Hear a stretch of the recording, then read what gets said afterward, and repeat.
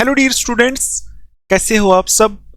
Welcome to MI chemistry classes. तो आज हम स्टार्ट करने वाले हैं alcohols, phenols and ether chapter का last part, ethers one shot. तो पहले सिलेबस देखो, ये हमने यहाँ इस चैप्टर के अंदर अल्कोहल्स का वन शॉट कर लिया है, फिनोल्स को भी पढ़ लिया है, अब ईथर बचे हैं। तो पहले देख लो ईथर में हमें पढ़ना क्या क्या है। तो देखो यहाँ लिखा हुआ है नोमेनक्लेचर पढ़ो, मेथड्स ऑफ प्रिपरेशन पढ़ो, फिजिकल एंड केमिकल प्रॉपर्टीज पढ़ो और यूजेस पढ़ो। तो हम यही चीजें जो लिखी हैं यही पढ़ेंगे, ठीक है। और सारी एनसीईआरटी में जो चीजें लिखी हैं वो भी हम साथ साथ कवर करेंगे। देखो पैटर्न, देखो पैटर्न क्या रहेगा। तो ये पैटर्न हमारा रहेगा। तो पहला जो हमारा टॉपिक है यहाँ हम देख रहे हैं इंट्रोडक्शन, ठीक है, क्लासिफिकेशन एंड नेमिंग, और साथ में स्ट्रक्चर ऑफ फंक्शनल ग्रुप भी यहाँ ही देख लेंगे फर्स्ट टॉपिक के अंदर।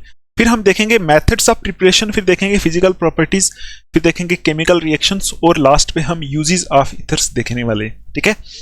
तो ईथर्स पढ़ने से पहले आपने अल्कोहल्स और फिनोल्स पढ़ा हुआ होना चाहिए, उसके बगैर आपको ये समझ नहीं आने वाला। तो पहले जाकर वो देखोगे, प्ले लिस्ट बनी हुई है, ठीक है, वहां जाके देखो, समझो, उसके बाद ये पढ़ोगे, अच्छे से क्लियर हो जाएगा, ठीक है। तो चलते हैं फर्स्ट टॉपिक के ऊपर, ज्यादा टाइम ना वेस्ट करते हुए। फर्स्ट टॉपिक आप लिखो ये वाला, इंट्रोडक्शन, क्लासिफिकेशन एंड नेमिंग, ठीक है। क्योंकि ये ईथर वाला पार्ट बहुत शॉर्ट है, तो इसमें सिर्फ दो मेथड्स ऑफ प्रिपरेशन है, दो केमिकल रिएक्शन से, तो बाकी 3-4 फिजिकल प्रॉपर्टीज हैं, कुछ खास नहीं है इसमें, ठीक। तो आप पहले ये लिख लो साथ में, introduction, classification and naming of ethers, ठीक है। तो करते हैं स्टार्ट। फिर देखो सबसे पहले आपको ये पता होना चाहिए ईथर्स कैसे होते हैं, कैसे कंपाउंड्स ईथर होते हैं। तो देखो आपने, जैसे आपको मैंने बताया, यहां मैं बताता हूं आपको, जैसे आर एक्स क्या होते हैं, haloalkanes, a R X क्या होते हैं, हेलो एरीन्स। अल्कोहल्स कैसे होते हैं, आर ओ एच। फिनोल्स कैसे होते हैं, ए आर ओ एच, ठीक। ऐसे करके ये सारे कंपाउंड्स हमने पढ़े, ठीक। अब देखो ईथर्स कैसे कंपाउंड होते हैं। देखो हेलो एल्केन्स होते हैं जिनमें ऐसा होता है, एरीन में ऐसा, फिनोल्स में ऐसा, मतलब अल्कोहल्स में ऐसा, फिनोल्स में ऐसा। ईथर्स में क्या होता है, तो आपने 11th क्लास में जब फंक्शनल ग्रुप्स पढ़े होंगे जनरल ऑर्गेनिक केमिस्ट्री में, जीओसी के अंदर, उस टाइम आपने देखा होगा एक ग्रुप होता है फंक्शनल ग्रुप जिसको बोलते हैं आर ओ आर, ऐसे करके आर ओ आर। इस फंक्शनल ग्रुप को आपने बोला होगा ईथर, ईथर ग्रुप। अब देखो यही आर ओ आर वाले जो कंपाउंड्स होते हैं इन्हीं को ही हम ईथर्स बोलते हैं, ठीक है। ऐसा कोई भी कंपाउंड जहां इस तरफ भी आर हो, इस तरफ भी आर हो, और बीच में ऑक्सीजन लगा हो, ऐसे किसी भी कंपाउंड को हम ईथर बोलते हैं, ठीक। तो जैसे हमने देखा अल्कोहल्स एक फैमिली ऑफ कंपाउंड से, है ना, मतलब कंपाउंड की एक फैमिली अल्कोहल्स, बहुत सारे अल्कोहल्स होते हैं, बहुत सारे फिनोल्स होते हैं, बहुत सारे हेलो एल्केन, हेलो एरीन होते हैं, इसी तरह बहुत सारे हमारे ईथर भी होते हैं। तो फर्स्ट लाइन आप ये ऐड कर लो, लाइन नहीं है, बस इतना लिखना है कि ऐसे कंपाउंड्स जिनमें कौन सा ग्रुप हो, ये आर ओ आर ग्रुप, ठीक है, इनको हम क्या बोलते हैं, इन्हीं को ही हम ईथर्स बोलते हैं, इतना सिंपल, ठीक है। एग्जाम्पल में आप ये लिख सकते हो। अब देखो ये आर क्या है, ये आर हमारा एल्काइल भी हो सकता है, एल्काइल भी हो सकता है, और ये आर हमारा एराइल भी हो सकता है, ठीक, ठीक है। देखो ये दोनों आर, यहां मैं लिख सकता हूं बोथ आर जो है ये एल्काइल भी हो सकते हैं, ठीक है, और दोनों ही आर एराइल भी हो सकते हैं। ये आपने अपनी नोटबुक के ऊपर ऐड करना है, ठीक, इतना सिंपल है। अब देखो हम एग्जांपल समझते हैं। जैसे पहले हम एक काम करते हैं, देखो इस आर ओ आर को मैं आर ओ आर डैश भी लिख सकता हूं, आर ओ आर डैश भी लिख सकता हूं। डैश का क्या मतलब हो गया, इस तरफ जो आर है, जो एल्काइल ग्रुप है या एराइल ग्रुप है, ये दोनों सेम भी हो सकते हैं और ये आर डिफरेंट भी हो सकता है। तो एग्जांपल में आप ऐड कर सकते हो, अगर हम दोनों आर को सेम रखें, आर की जगह CH3 लगा दें, एल्काइल ग्रुप CH3 लगा दें, O और इधर भी CH3 लगा दें, ऐसा ईथर भी होगा, ठीक है। अब देखो दूसरा ऐसा भी हो सकता है और आर डिफरेंट भी हो सकते हैं। देखो CH3 एक तरफ लगा दिया, O के बाद यहां C2H5 लगा दिया, तो ऐसा भी हो सकता है। देखो ये आर अलग है, ये आर अलग है। आर आपको पता ही होगा अल्काइल या फिर एराइल ग्रुप, ठीक। जैसे मैं एराइल ग्रुप लगाता हूं, देखो एराइल ग्रुप का मतलब है बेंजीन रिंग, तो ये हमारी बेंजीन रिंग है, इधर O, इधर CH3 लगा दिया, ये भी ईथर है। देखो ये आर, ये ओ, ये आर, ये आर यहाँ एराइल है, ये आर यहाँ एराइल है और ये आर यहाँ एल्काइल है। मुझे उम्मीद है आपको क्लियर हो रहा होगा। देखो दोनों बेंजीन रिंग लगा के भी हम बना सकते हैं। देखो जैसे ये दोनों बेंजीन रिंग लगा दी, इधर भी, तो ये भी हमारा दोनों ही आर सेम है। तो मैंने आपको जो बताया कि इथर्स कैसे कंपाउंड्स होते हैं जिनमें आर ओ आर ग्रुप होता है, ठीक है। आर ओ आर में दोनों आर सेम भी हो सकते हैं, दोनों डिफरेंट भी हो सकते हैं, ठीक है। तो आर की जगह एल्काइल भी हो सकता है, एराइल भी हो सकता है, जैसे मैंने आपको एग्जांपल्स बताई। तो इतना ही आपको इंट्रोडक्शन में लिखना है और ज्यादा कुछ नहीं। अब देखो इनकी क्लासिफिकेशन। तो अगर मैं यहां लिख दूं क्लासिफिकेशन ऑफ ईथर्स, तो क्लासिफिकेशन में हमें कुछ नहीं करना, हमें कुछ भी नहीं करना है, बस इतना लिखना है कि दो किस्म के ईथर्स होते हैं। एक होते हैं हमारे सिमेट्रिकल ईथर्स होते हैं, ठीक है। और एक होते हैं हमारे अनसिमेट्रिकल ईथर्स, अनसिमेट्रिकल ईथर्स। ये दो किस्म के ईथर्स हमारे पास होते हैं। अब देखो सिमेट्रिकल ईथर्स में हम क्या बोलेंगे? सिमेट्रिकल का मतलब होता है ऐसे ईथर्स जिनमें ओ के दोनों तरफ जो ग्रुप्स हैं वो सेम हो, उनको बोलते हैं सिमेट्रिकल, मतलब उनमें एक सिमेट्री है। तो आप एग्जांपल में लिख सकते हो, जैसे ये CH3OCH3। देखो ओ के दोनों तरफ ग्रुप अगर सेम है, ये और ये बिल्कुल सेम है, तो ये सिमेट्रिकल ईथर है। और एग्जांपल लिख सकते हो, जैसे देखो C2H5O, तो ये भी हमारा सिमेट्रिकल ईथर है। ये देखो ये वाला भी हमारा, इसको आप थर्ड एग्जांपल में लिख दो, इसको थर्ड एग्जांपल में यहां ऐड कर दो, ये भी हमारा सिमेट्रिकल ईथर है। देखो इधर और इधर बिल्कुल सेम है, ठीक। अब देखो हम देखते हैं अनसिमेट्रिकल ईथर्स। अनसिमेट्रिकल ईथर्स ऐसे ईथर्स होते हैं जहां ऑक्सीजन के दोनों तरफ ग्रुप्स डिफरेंट हो। तो आपको पता ही है, जैसे देखो CH3O CH2CH3। अब देखो इधर ग्रुप डिफरेंट है, इधर ग्रुप डिफरेंट है, ये अनसिमेट्रिकल ईथर की एग्जांपल हो गई। जैसे और देखो, जैसे एक तरफ मैं बेंजीन रिंग लगा दूं इधर करके, यहां मैं लगा दूं CH3, बोलो ये भी हमारा अनसिमेट्रिकल ईथर है। तो ऐसे आपको समझना है। देखो कितना जल्दी हमने इंट्रोडक्शन और क्लासिफिकेशन दोनों ही पढ़ लिया है, ठीक है। बहुत सिंपल। ईथर्स जो कंपाउंड होते हैं ना, ईथर्स जो होते हैं वो बहुत लेस रिएक्टिव होते हैं, इनकी रिएक्शंस भी कम होती हैं, इनके बारे में उतनी ज़्यादा स्टडी भी नहीं है, ठीक है, कि इनकी रिएक्टिविटी कम होती है, केमिकल रिएक्शंस भी कम दिखाते हैं, ठीक है। तो ये आपको इतना करना है, इतना आप लिखो। अब देखो तीसरी चीज रह गई हमारी नेमिंग। तो नेमिंग कैसे करेंगे? नेमिंग मतलब नोमेनक्लेचर। तो मैं यहां लिख देता हूं थर्ड चीज इसकी नोमेनक्लेचर, ठीक है। तो नोमेनक्लेचर में हम देखते हैं दो तरीके से इसके नाम रखे जाते हैं, इथर्स के दो तरीके से नाम रखे जाते हैं, आपको पता ही है। एक होते हैं हमारे कॉमन नेम्स, ठीक है। कॉमन नेम्स में हम क्या करते हैं? कुछ नहीं करते, बिल्कुल सिंपल है, बता देता हूं आपको। CH3OCH3, आपको ये तो पता ही होगा, ये जो CH3 ग्रुप होता है ये कौन सा ग्रुप होता है? इस ग्रुप को बोलते हैं मिथाइल ग्रुप। C2H5 कौन सा ग्रुप होता है? इथाइल ग्रुप, ठीक है। CH3CH2 ये कौन सा ग्रुप होता है? ये भी इथाइल ग्रुप होता है, ठीक है। तो इसी तरह और मैं लिखूं CH3CH2CH2 ये कौन सा ग्रुप होता है? Propyl group. तो ऐसे आपको पता ही होगा, हेलो एल्केन हेलो एरीन में, एल्कोहल्स और फिनोल्स में आपने ये सब पढ़ा, ठीक है। इतनी बेसिक तो आना ही चाहिए, इतना बेसिक आना चाहिए आपको ये अंडरस्टैंड करने के लिए।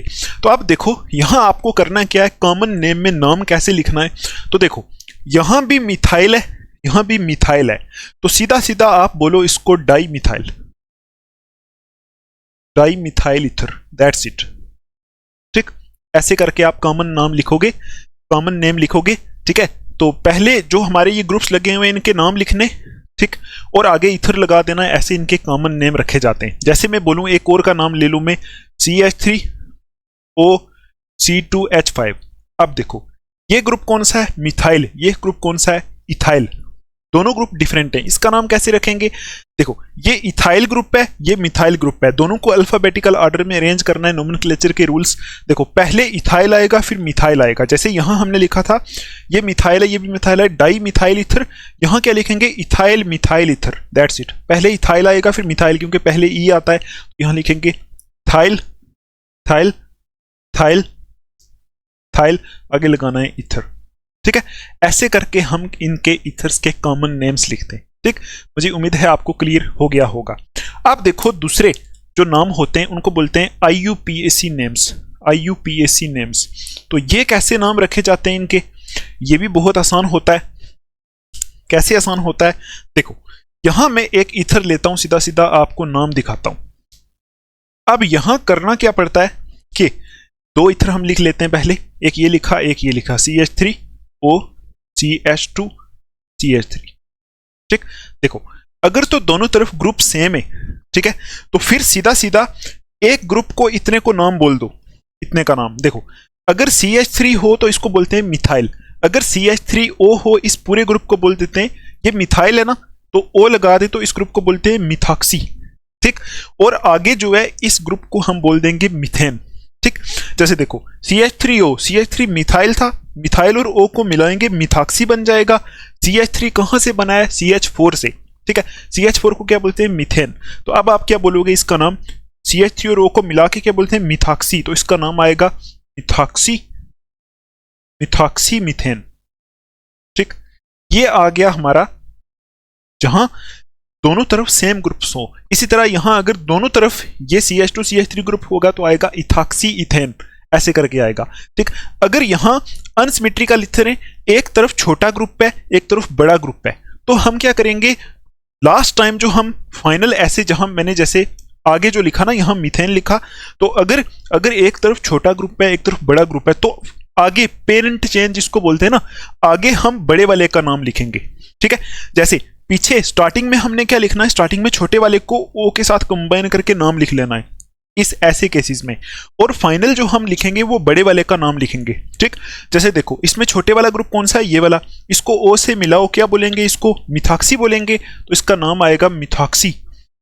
ठीक है, अब देखो ये बड़ा है, इसको पेरेंट चेन मान लेंगे, तो ये 2 कार्बन वाला है, 2 कार्बन वाले को इथेन बोलते हैं, तो मिथॉक्सी इथेन नाम आ जाएगा।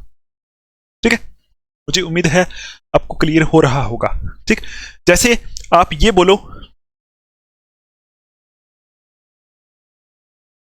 एक और नाम आप लिख लो, बाकी आप टेक्स्ट बुक से प्रैक्टिस करना, अगर कहीं पे भी प्रॉब्लम आती है तो आपको पता ही है टेलीग्राम ग्रुप बना हुआ है, वहां जाके मेरे से पूछ सकते हो।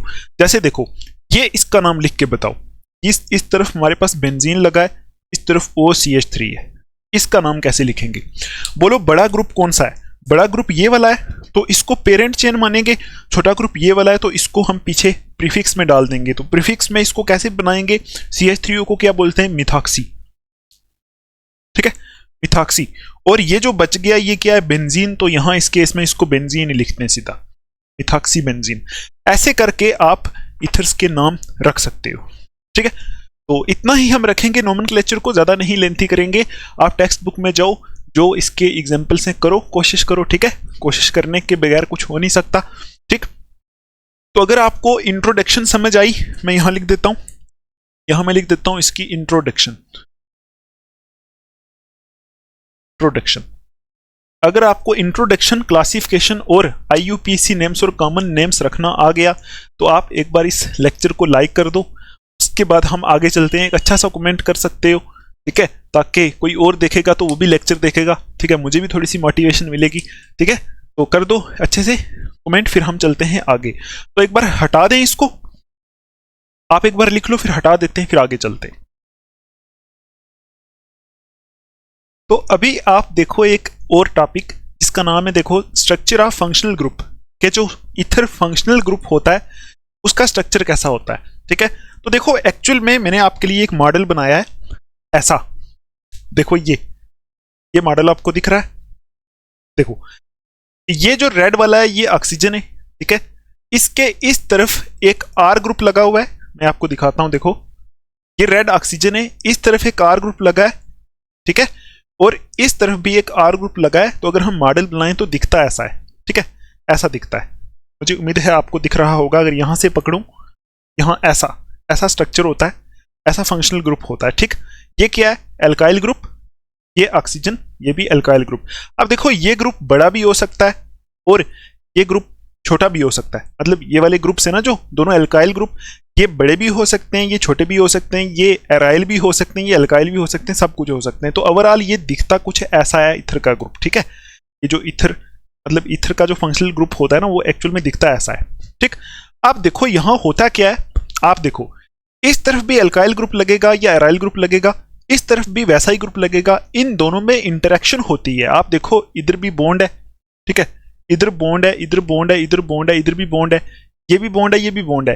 ये सारी बॉन्ड्स में आपको पता है बॉन्ड्स के अंदर क्या होते हैं, इलेक्ट्रॉन्स। तो अगर ये पास जाएंगे तो इलेक्ट्रॉनिक रिपल्शन होगी, तो फिर से ये दूर आ जाएंगे। तो एक्चुअल में थोड़ा सा ऐसे होता है, ठीक है, थोड़ा सा ऐसे दूर होते हैं। क्यों?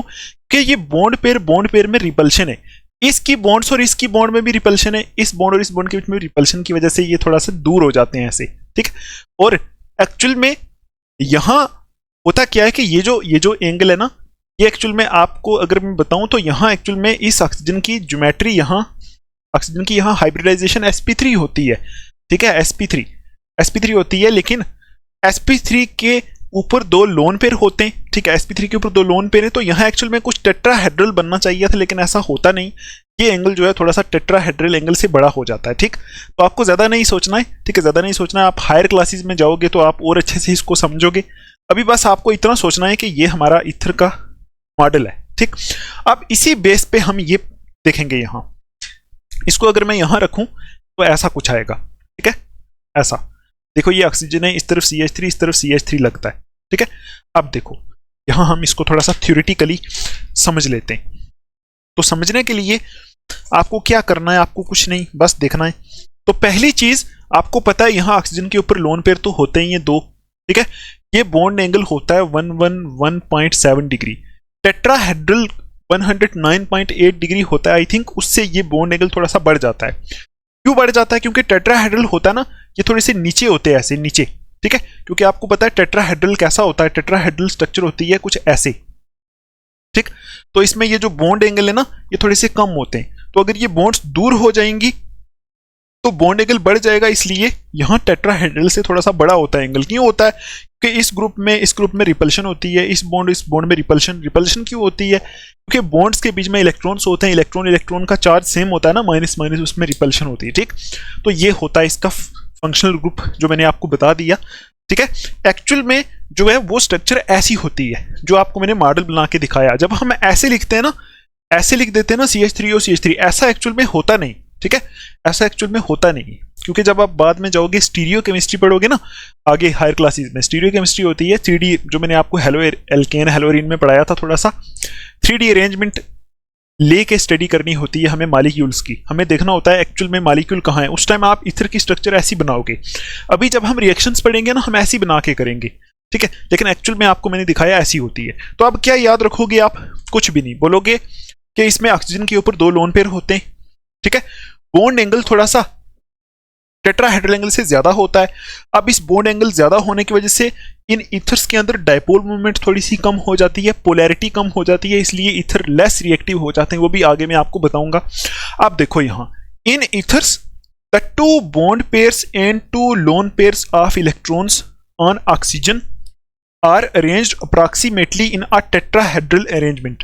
के ईथर के अंदर ये जो दो बॉन्ड पेयर हैं, ये वाले, ये और ये बॉन्ड पेयर्स, और ये जो दो लोन पेयर्स हैं, ये दोनों और ये दोनों कुछ टेट्राहेड्रल अरेंजमेंट इनकी होती है। ठीक है, आपने अगर VSEPR थ्योरी पढ़ी है क्लास 11th में तो आपको पता होगा लोन पेयर को हम कुछ ऐसे दिखाते हैं। ठीक है, और इसको बाद में हटा देते हैं ऐसे। तो यहां वही लिखा है कि अगर हम लोन पेयर्स को ऊपर दिखाएं तो लोन पेयर और दो बॉन्ड पेयर की जो अरेंजमेंट होती है कुछ टेट्राहेड्रल होती है। अब देखो, the bond angle is slightly greater than tetrahedral angle. जो बॉन्ड एंगल होता है यहाँ ये वाला, ये टेट्राहेड्रल एंगल से थोड़ा सा बड़ा होता है due to bond pair repulsion. क्यों? क्योंकि यहाँ जो बॉन्ड है, ये वाली बॉन्ड, इनमें इलेक्ट्रॉन्स हैं, इसकी रिपल्शन की वजह से। ठीक, अब देखो, the carbon oxygen bond length is almost same as in alcohols. Carbon और ऑक्सीजन बॉन्ड लेंथ जो होती है, ये और ये ऑलमोस्ट जितनी एल्कोहल्स के अंदर है उतनी ही होती है। इतना ही आपको पढ़ना है और ज्यादा कुछ नहीं। ठीक है, यहां से आपको, मुझे नहीं लगता कि एग्जाम में कुछ पूछा जाएगा, बस आपको पता होना चाहिए। ठीक है, अगर पूछ लें तो आप ये बना लो। ठीक है, तो अगर पूछ लें ये बना सकते हो, और कार्बन को कुछ ऐसे करके दिखा देना, H3 को कुछ ऐसा करके दिखा देना, ये H बोलेंगे तो ऐसा कुछ होगा। ठीक है, इधर भी कार्बन लिखें तो ये 3 H, ये सबसे सिंपलेस्ट ईथर है हमारा, ऐसे करके आप दिखा सकते हो। ठीक, अब आप अगर मुझे ये बोलो कि अगर मैं ROR ये जो हमारा इथर है इसकी जगह अगर मैं R की जगह H लगा दूं तो क्या वो भी इथर बनेगा? वो इथर नहीं बनेगा।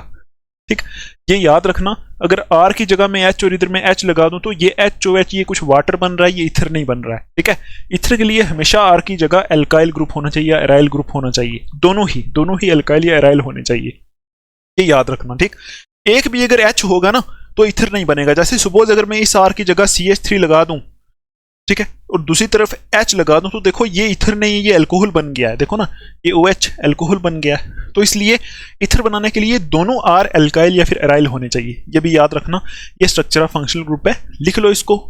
ठीक, देखो कुछ मुश्किल नहीं है, बहुत सिंपल है, मुश्किल करना भी नहीं है, चीजों को सिंप्लीफाई करके ही चलना है। ठीक, तो कर दे साफ, इसको लिख लो एक बार। ठीक है, हटाते हैं। तो अभी हम देखते हैं methods of preparation of ethers. तो आप देखो यहाँ दो मेथड्स होते हैं इथर की प्रिपरेशन के, दोनों ही मैंने लिख लिए हैं। ठीक है, तो दोनों का मैकेनिज्म मैं आपको बताऊंगा। हो सकता है मैकेनिज्म सिलेबस में ना हो, लेकिन अगर आज आपको मैंने मैकेनिज्म बताया तो आपको मैकेनिज्म समझना आ जाएगा आस्ता आस्ता करके। ठीक है, तो करते हैं स्टार्ट। पहला मेथड प्रिपेयर करने का, तो पहला मेथड है by intermolecular dehydration of alcohols. Alcohols के दो मॉलिक्यूल जुड़ के डिहाइड्रेशन होती है, वहां से वाटर लॉस होता है और ईथर बनते हैं। ठीक है, तो यहां से आप ये देखो, ये मैंने एक एल्कोहल लिया है। ठीक है, एल्कोहल है ये भी एल्कोहल है, ये भी एल्कोहल है, बस मॉलिक्यूल को मैंने उल्टा करके लिखा है। देखो यहाँ OH को इस तरफ लिख लिया, HOCH2R, HOCH2R, इसको उल्टा करके ये लिख दिया। दोनों ही मॉलिक्यूल बिल्कुल सेम है। तो अब देखो इन दोनों मॉलिक्यूल में डिहाइड्रेशन होती है, कैसे होती है? 140 डिग्री सेल्सियस टेम्परेचर रखना पड़ता है और कंसंट्रेटेड H2SO4 देना पड़ता है। ठीक है, कंसंट्रेटेड H2SO4 की प्रेजेंस में यहाँ डिहाइड्रेशन होती है, वाटर लॉस होता है। कैसे होता है? अगर आपको शॉर्ट में याद रखना है, इसका OH निकालो, इसका H निकालो। ठीक है, इसका OH निकालें, इसका H निकालें, तो अब आप बोलो यहाँ से ये तो चला जाएगा, OH और H तो चला जाएगा, और पीछे क्या बचेगा? RCH2 यहाँ से बचेगा। बोलो RCH2 बचेगा, तो यहाँ OH चला गया, H चला गया, H और OH मिलके वाटर बना लेंगे। इधर से क्या बचेगा? OCH2R, यहाँ से बचेगा OCH2R। बोलो क्या ये इथर बन गया? बिल्कुल इथर बन गया है। तो प्लस इसमें से निकलेगा क्या? वाटर। ठीक है, तो ये first method of preparation of ethers है। ठीक, देखो ये इथर बन गया ना, यहाँ R की जगह आप जो मर्जी लगाओ, CH3 लगाओ, जो आप यहाँ रखोगे, तो आप यहाँ जो अल्कोहल लोगे जैसा वैसा ही इथर यहाँ आपको मिल जाएगा। ये बीच में देखो ROR, ये हमारा इथर प्रिपेयर हो गया। ठीक, ये था हमारा first method of preparation of ether. अब देखो the formation of ether is SN2 reaction. यहाँ जो ये जो रिएक्शन होती है इसका, ये तो शॉर्ट में आपको मैंने बताया ना, OH और H निकालना है, लेकिन एक्चुअल में अगर हम मैकेनिज्म देखें तो वो यहाँ SN2 मैकेनिज्म होता है। ठीक है, SN2 मैकेनिज्म आपको पता है, ऐसा मैकेनिज्म होता है जहां सिंगल स्टेप में ही सब कुछ हो जाता है। ठीक है, तो यहां हम मैकेनिज्म देखते हैं कैसा है। तो देखो पहले हम देखेंगे, यहां हम ये अल्कोहल लेंगे। देखो एक अल्कोहल हम यहां ले रहे हैं, स्टेप फर्स्ट लिखते हैं यहां, स्टेप फर्स्ट मैकेनिज्म का। ठीक है, तो पहले हम ये अल्कोहल लेते हैं, RCH2OH, ये एक अल्कोहल है। अब आपको पता है हम इसमें कॉन्सेंट्रेटेड H2SO4 ले रहे हैं, तो वो क्या देगा? वो रिएक्शन के अंदर H+ देगा। तो H+ देगा तो मतलब यहाँ फर्स्ट स्टेप में हमने लिख दिया H+ देगा H2SO4। ठीक है, तो एसिड आपको पता है, अगर एसिड लेंगे तो इसीलिए लेते हैं ताकि वो H+ दे, क्योंकि रिएक्शन में H+ यूज होता है। तो देखो H+ देगा, तो यहाँ आपको पता है कि जो अल्कोहल होता है ना, अल्कोहल का जो ऑक्सीजन होता है, इसके ऊपर क्या होते हैं? इसके ऊपर होते हैं 2 लोन पेयर होते हैं। तो ये लोन पेयर इस H+ को एब्स्ट्रैक्ट करेंगे फर्स्ट स्टेप में। ठीक है, तो ये एब्स्ट्रैक्ट करेंगे, तो ये एक्चुअल में मॉलिक्यूल को एक्टिवेट कर लेंगे ताकि वो इथर बना पाए। ठीक है, एक्टिवेट कर लेंगे, तो ये इनको एब्स्ट्रैक्ट करेंगे, लोन पेयर H+ को एब्स्ट्रैक्ट करेंगे, तो कैसा बनेगा? ये H+ इसके साथ आके जुड़ जाएगा। देखो RCH2, यहां OH था पहले, अब OH2 हो जाएगा, OH2 हो गया। ठीक है, ये हो गया। अब आप देखो इसने लोन पेयर इसको डोनेट किया ना, तो जो लोन पेयर डोनेट करता है उसके ऊपर आता है प्लस चार्ज, ये आपको पता है। लोन पेयर डोनेट करने का मतलब है कि उसके पास जितने इलेक्ट्रॉन थे वो उसने दे दिए। इलेक्ट्रॉन अगर दे देगा तो इलेक्ट्रॉन कौन सा चार्ज होता है? नेगेटिव। नेगेटिव चार्ज उसने दे दिया, पीछे मॉलिक्यूल के ऊपर पॉजिटिव बचेगा, क्योंकि पॉजिटिव और नेगेटिव एक जैसे होते हैं। सेम होते हैं, जितना पॉजिटिव उतना नेगेटिव। अगर नेगेटिव दे देगा किसी को तो पीछे पॉजिटिव बचेगा। जैसे देखो मेरे पास ये ब्लैक वाला नेगेटिव है, ये पॉजिटिव है, ठीक है। ये ब्लू वाला देखो, ब्लू वाला पॉजिटिव है, ब्लैक वाला नेगेटिव है। तो अगर मैं नेगेटिव किसी को दे दूंगा तो पीछे क्या बचा, पॉजिटिव भी बचा ना, तो वही चीज है, ठीक। तो अब देखो इसने नेगेटिव चार्ज अपना दिया H प्लस को अंदर एब्स्ट्रैक्ट किया, पीछे इसके ऊपर क्या बचेगा, पॉजिटिव, तो वो यहां मैंने लिख दिया, ठीक। ये होता है इसका फर्स्ट स्टेप। अब देखो नेक्स्ट स्टेप में क्या होता है, स्टेप सेकंड, दूसरे स्टेप में क्या होता है। दूसरे स्टेप में देखो हमने यहां 2 अल्कोहल मॉलिक्यूल लिए थे ना, तो हमने यहां सिर्फ एक ही दिखाया है, ठीक। अब हम क्या करेंगे, जो दूसरा अल्कोहल मॉलिक्यूल है उसका काम क्या है, उसका काम देखो। अब देखो ये मॉलिक्यूल यहां बन गया, ये मॉलिक्यूल यहां बन गया, इस मॉलिक्यूल के ऊपर दूसरा अल्कोहल का मॉलिक्यूल अटैक करेगा। कैसे अटैक करेगा, देखो यहां मैं दूसरा अल्कोहल का मॉलिक्यूल यहां लिख रहा हूं, ये वाला RCH2OH, ये दूसरा अल्कोहल का मॉलिक्यूल है, प्लस ये जो मॉलिक्यूल इसमें बना H प्लस के अटैक करने से ये बना, इसको यहां लिखते हैं RCH2OH2 प्लस, ठीक। अब आप मुझे ये बताओ, देखो यहां ऑक्सीजन के ऊपर प्लस चार्ज आया है, इस मॉलिक्यूल में ऑक्सीजन के ऊपर प्लस चार्ज है। तो आप मुझे बताओ, ऑक्सीजन इलेक्ट्रोनेगेटिव एलिमेंट होता है, उसको नेगेटिव चार्ज चाहिए, लेकिन उसके ऊपर आ गया प्लस चार्ज, तो उसको बिल्कुल बर्दाश्त नहीं है, वो क्या करेगा, बर्दाश्त नहीं है उसको, तो वो क्या करेगा, दूसरे से इलेक्ट्रॉन खींचेगा। अगर इसके ऊपर नेगेटिव प्लस चार्ज है, ऑक्सीजन के ऊपर प्लस चार्ज आ गया है, जो किसने लाया, इस H प्लस ने लाया, जो H प्लस H2SO4 ने दिया, इसने ऑक्सीजन के ऊपर यहाँ प्लस चार्ज लाया, तो ये ऑक्सीजन अब अनस्टेबल हो गया। ये क्या करेगा, इस बॉन्ड से इलेक्ट्रॉन को अपनी तरफ खींचेगा इस प्लस चार्ज को स्टेबलाइज करने के लिए। तो आप देखो अगर इस बॉन्ड से इलेक्ट्रॉन को यहां खींचेगा तो इस कार्बन से इलेक्ट्रॉन को खींचेगा, तो इस कार्बन के ऊपर कुछ डेल्टा प्लस चार्ज आएगा, आएगा कि नहीं। देखो ना, ऑक्सीजन के ऊपर प्लस है जो अनस्टेबल हो गया, इसको माइनस चार्ज चाहिए, तो माइनस चाहिए तो इसके ऊपर प्लस आ गया, ठीक है, क्योंकि इलेक्ट्रोनेगेटिव है ना ये। तो ये ऑक्सीजन क्या करेगा, इस बॉन्ड से इलेक्ट्रॉन्स को खींचेगा अपनी तरफ अपना प्लस चार्ज स्टेबलाइज करने के लिए, ठीक है। इलेक्ट्रॉन को क्यों खींचेगा, क्योंकि इलेक्ट्रॉन नेगेटिव चार्ज होते हैं, तो नेगेटिव चार्ज खींचेगा तभी प्लस स्टेबलाइज होगा। तो जब ये इस बॉन्ड को अपनी तरफ खींचेगा तो मतलब इस कार्बन, आपको पता है ये बॉन्ड कार्बन के साथ लगी होगी ना, यहाँ H तो एक ऊपर एक नीचे होगा, ये बॉन्ड कार्बन के साथ है, तो कार्बन के ऊपर से माइनस चार्ज को खींचेगा, कार्बन के ऊपर से माइनस खींचेगा, तो मतलब इलेक्ट्रॉन खींचेगा तो कार्बन के ऊपर डेल्टा प्लस चार्ज आएगा।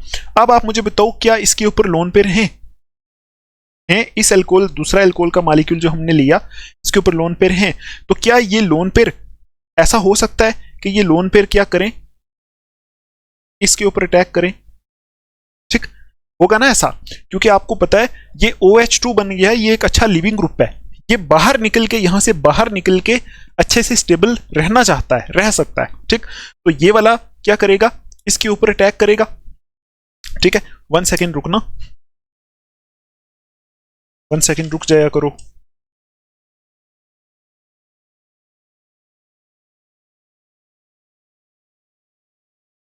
ठीक है, देखो तो अब आप मुझे ये बताओ, देखो ना, एक बार मैं आपको फिर रिपीट करता हूं। देखो यहां इसके ऊपर प्लस चार्ज है, तो ये प्लस चार्ज स्टेबलाइज करने के लिए मैं ऐसे लिख देता हूं, इसके ऊपर फिर से, इसके ऊपर प्लस चार्ज है, इसको स्टेबलाइज करने की ये इलेक्ट्रॉन इधर से खींचेगा, इधर से खींचेगा तो इस कार्बन के ऊपर डेल्टा प्लस आएगा, तो होगा क्या, इस अल्कोहल का ये जो लोन पेयर है ये कहां अटैक कर देगा, इस कार्बन के ऊपर।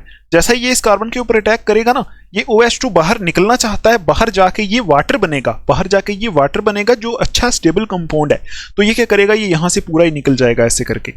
अब आप देखो यहां वही SN2 मैकेनिज्म हो रहा है कि नहीं, ये जैसा ही इसके ऊपर अटैक करेगा ये यहां से निकल जाएगा, ठीक। तो वही चीज है, ये आस्ता आस्ता इसको अगर हम इसकी ट्रांजिशन स्टेट बनाएं तो इसको बोलेंगे ये आस्ता आस्ता इसके ऊपर अटैक कर रहा है, ये आस्ता आस्ता यहां से निकल रहा है, तो हम इसको एक ही स्टेप में दिखा देते हैं, इसने यहां अटैक किया, ये निकल गया, ये रिएक्शन एक ही स्टेप में होती है, ठीक। अब देखो जब ये होगा तो कैसा बनेगा, ये RCH2, ये वाला RCH2 यहां लिखा, ये O था, ये O लिखा, इस O के साथ एक H लगा हुआ था, उस H को मैंने नीचे दिखा दिया। आगे जाके ये O किसके साथ जुड़ेगा, CH2 के साथ, ठीक है, तो यहां मैंने O के साथ CH2 लगा दिया, ठीक है। अब इस CH2 के साथ एक R है, ये OH2 तो निकल गया ना, यहां से OH2 तो निकल गया, प्लस H2O कर लेंगे इसको, वाटर निकल गया, OH2 H2O एक ही चीज है, वाटर निकल गया, तो ये CH2 इधर लिख दिया CH2 के साथ R लगा है तो ये ऐसा बनेगा, इसके साथ R लग गया। ठीक है, इतना क्लियर हो गया। अब बोलो ये लोन पेयर इस ऑक्सीजन ने कहां दिए, इस कार्बन को दिए, तो क्या इस ऑक्सीजन के ऊपर प्लस चार्ज आएगा? क्यों आएगा ना, कि इसके ऊपर लोन पेयर थे, इलेक्ट्रॉन थे, उसने दे दिए। दिए किसको दिए? इस कार्बन के ऊपर अटैक किया ना, इसको दिए, तभी इस कार्बन को इसने अपने साथ जोड़ा, इस ऑक्सीजन के ऊपर आएगा प्लस चार्ज। ठीक है, आप देखो यहां SN2 मैकेनिज्म होता हुआ आपको दिख रहा है। अगर हम इसकी ट्रांजिशन स्टेट बनाएं क्या होगा, ये लोन पेयर इसके ऊपर अटैक कर रहे होंगे, यहां से लीव कर रहा होगा। ठीक है, तो हमने फाइनल एक ही स्टेप में बता दिया, इसने इसके ऊपर अटैक किया, यहां से निकल गया डायरेक्ट। ठीक, अच्छा, अब ये हमारा कंपाउंड ये बन गया। अब देखो इसमें तीसरा स्टेप होता है। स्टेप थर्ड में क्या हम दिखाते हैं? स्टेप थर्ड में हम ये दिखाते हैं कि ये जो कंपाउंड बन गया ना, क्या बना, RCH2O के साथ H है, यहाँ CH2 और R, ये बना, इसके ऊपर प्लस चार्ज है। अब आप खुद बताओ, ऑक्सीजन के ऊपर प्लस चार्ज है, इसको बर्दाश्त होगा? बिल्कुल नहीं होगा। ये क्या करेगा, इस हाइड्रोजन को यहां से निकाल देगा। ठीक है, निकाल देगा और अपना प्लस चार्ज स्टेबलाइज कर लेगा और फाइनल हमारे पास प्रोडक्ट बन जाएगा RCH2O CH2R, और ये हमारा इथर है, प्लस यहां से H प्लस निकल जाएगा। ठीक है, प्लस H प्लस को हम यहाँ एरो के ऊपर दिखाते हैं, माइनस H प्लस हो गया, ये H प्लस यहां से निकल गया। ठीक है, ये निकल गया, यहां लिख दिया, ये हमारा फाइनल बन गया इथर। ठीक है, अब देखो कि यहां जो H2SO4 था ना कॉन्सेंट्रेटेड, ये कैटलिस्ट का काम कर रहा था, तो कैटलिस्ट रिएक्शन के अंदर यूज नहीं होता। आपने इसकी डेफिनेशन पढ़ी होगी ना, कैटलिस्ट रिएक्शन के अंदर यूज नहीं होता, आता है, रिएक्शन कराता है और चला जाता है। तो वही H प्लस जो आया था, इसने कैटलिस्ट का काम किया, इसने आके एक अल्कोहल मॉलिक्यूल को एक्टिवेट किया, रिएक्टिव बना दिया उसके ऊपर अटैक करके, ताकि दूसरा अल्कोहल मॉलिक्यूल उस अल्कोहल मॉलिक्यूल के ऊपर अटैक कर सके, इथर बना सके। तो फाइनली लास्ट में देखो H प्लस निकल गया, कैटलिस्ट आया, निकल गया, इथर बना के चला गया। ठीक, ये होता है इस रिएक्शन का मैकेनिज्म। समझ में आ जाना चाहिए आपको।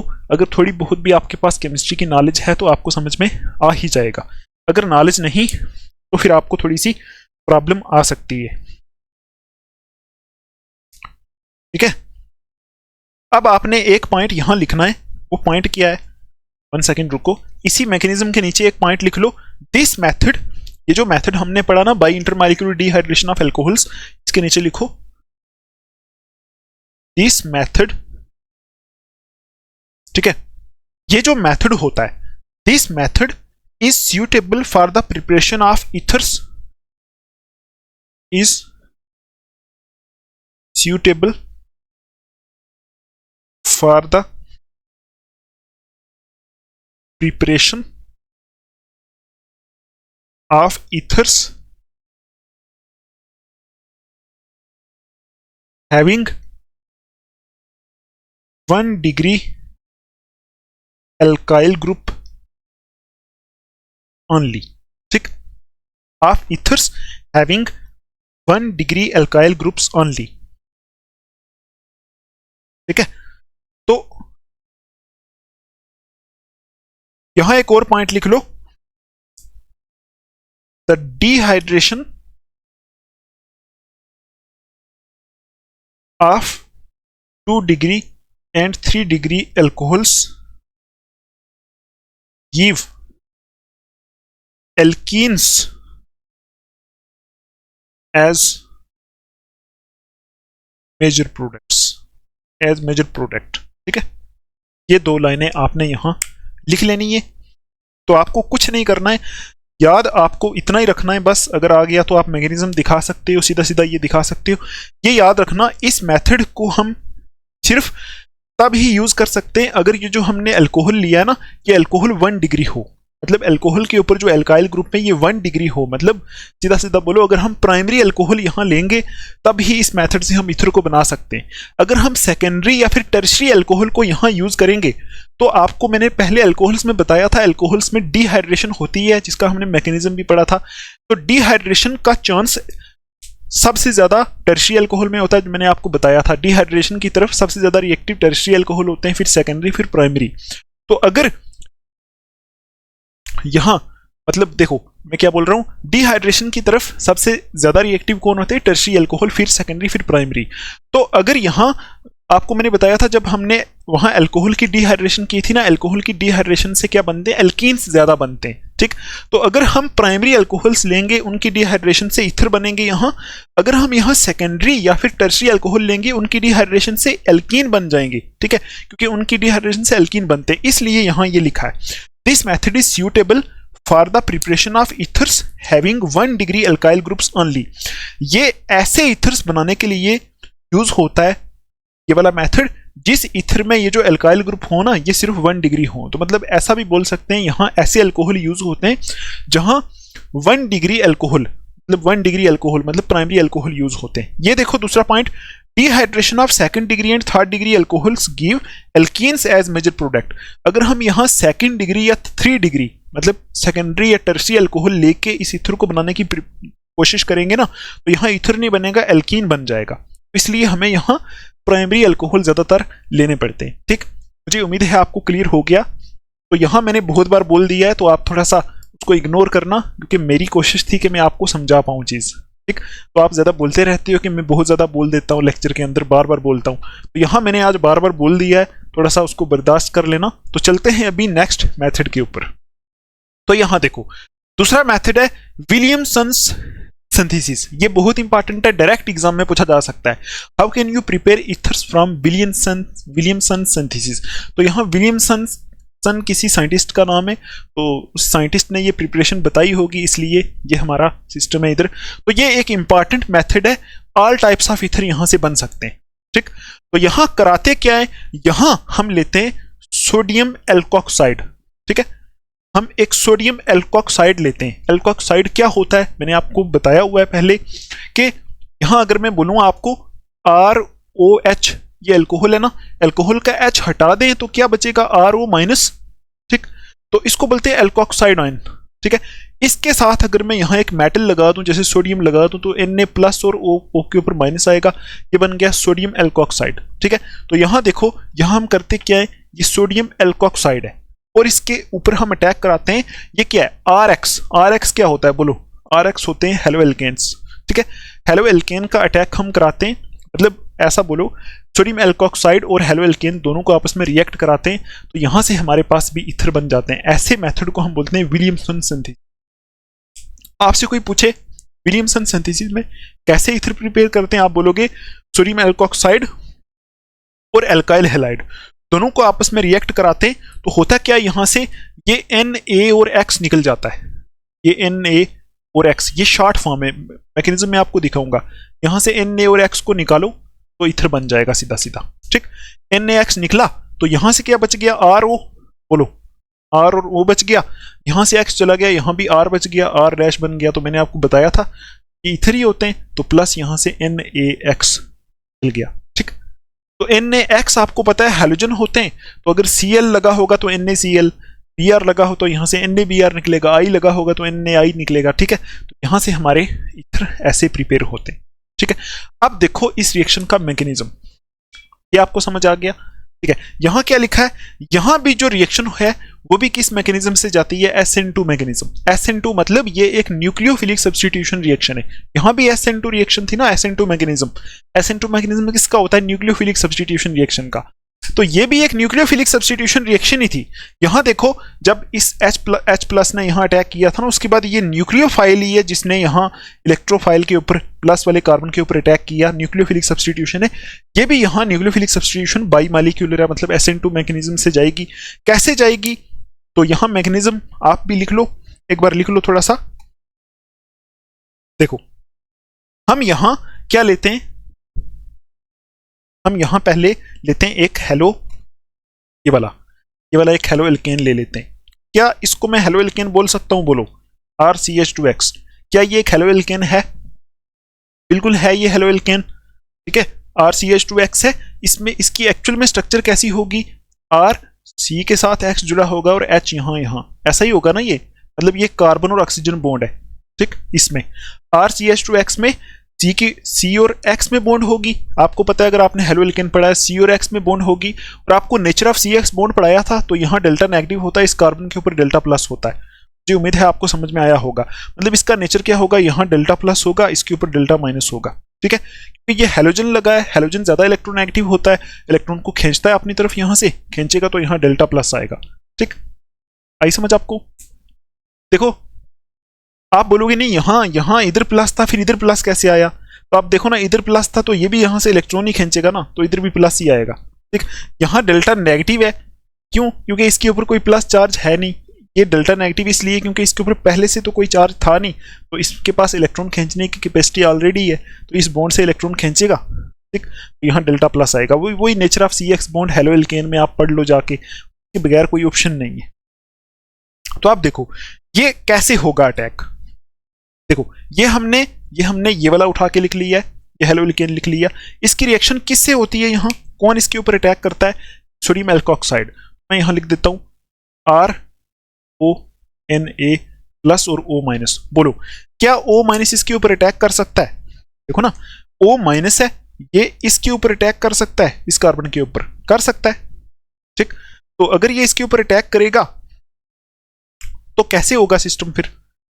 देखो ना ये O माइनस आके इसके साथ जुड़ जाएगा। आप 1 सेकेंड रुको, मैं आपको दिखाता हूं। ऐसे लिखो, आप इस अटैक को बैक साइड से दिखाओ। देखो SN2 में अटैक बैक साइड से होता है ना, इस अटैक को आप ऐसे करके दिखाओ साइड से। ठीक है, RO माइनस, R का जो O माइनस है ना वो अटैक कर रहा है बैक साइड से इसके ऊपर, तो बैक साइड की तरफ RO आ जाएगा। तो मैं यहां लिख देता हूं RO आ गया। ठीक है, किसके ऊपर अटैक किया? CH2 के ऊपर। तो यहां लिख दो किसके ऊपर अटैक किया? CH2 के ऊपर। इस CH2 के साथ पहले से ये R जुड़ा हुआ था, इस R को यहां नीचे दिखा दो ऐसे। ठीक है, इस तरफ लिविंग ग्रुप कौन सा है? इस तरफ लिविंग ग्रुप कौन सा है? X है। ठीक है, X है तो यहां X दिखा दो, ऐसे करके दिखाओ। ठीक, समझ आ गया आपको? अब देखो इसको आप वो ट्रांजिशन स्टेट में भी दिखा सकते हो। देखो RO वाली बॉन्ड तो एज इट इज थी, O जो बॉन्ड बना रहा है इस C के साथ, तो यहां इसको हम डॉटेड लाइन से दिखा सकते हैं, ये बॉन्ड बन रही होगी और ये वाली बॉन्ड ब्रेक हो रही होगी ऐसे। ठीक, ऐसे दिखा सकते हैं। तो RO के ऊपर कौन सा चार्ज था? माइनस। इसके ऊपर भी कौन सा चार्ज था? Delta negative, delta negative. तो ये ऐसे करके हम इसकी ट्रांजिशन स्टेट बना सकते हैं। ठीक, तो आपको पता है नेक्स्ट स्टेप में क्या होगा? नेक्स्ट स्टेप में हम इसको उठा के सीधा सीधा ट्रांजिशन स्टेट से ही बोलो। नेक्स्ट स्टेप में क्या होगा? ये लिविंग ग्रुप बिल्कुल ही चला जाएगा यहां से, तो फाइनल हमारे पास R, ये O वाली बॉन्ड पूरी बन जाएगी, RO आ जाएगा और ये CH2 है।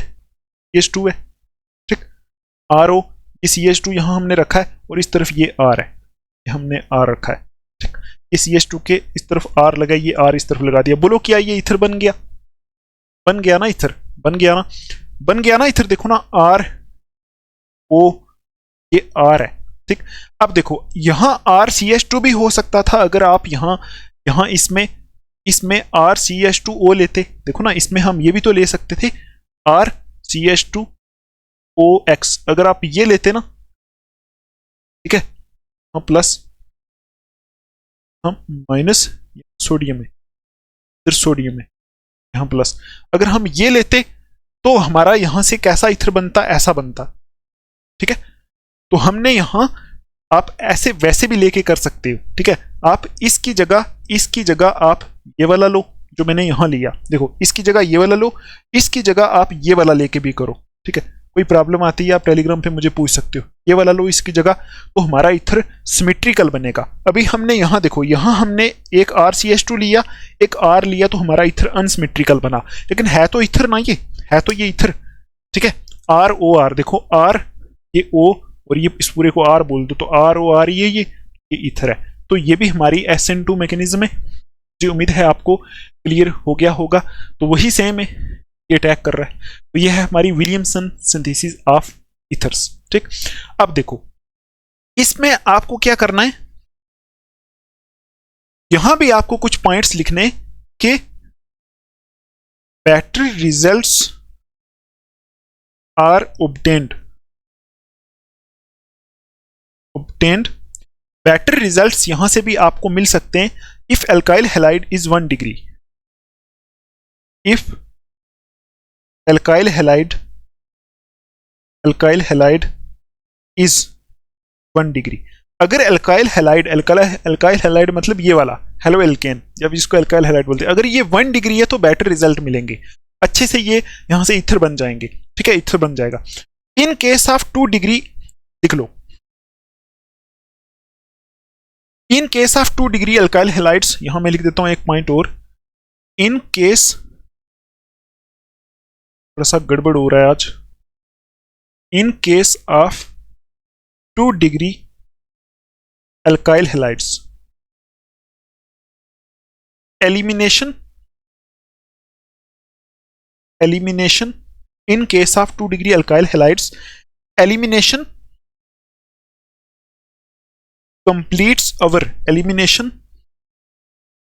completes our substitution,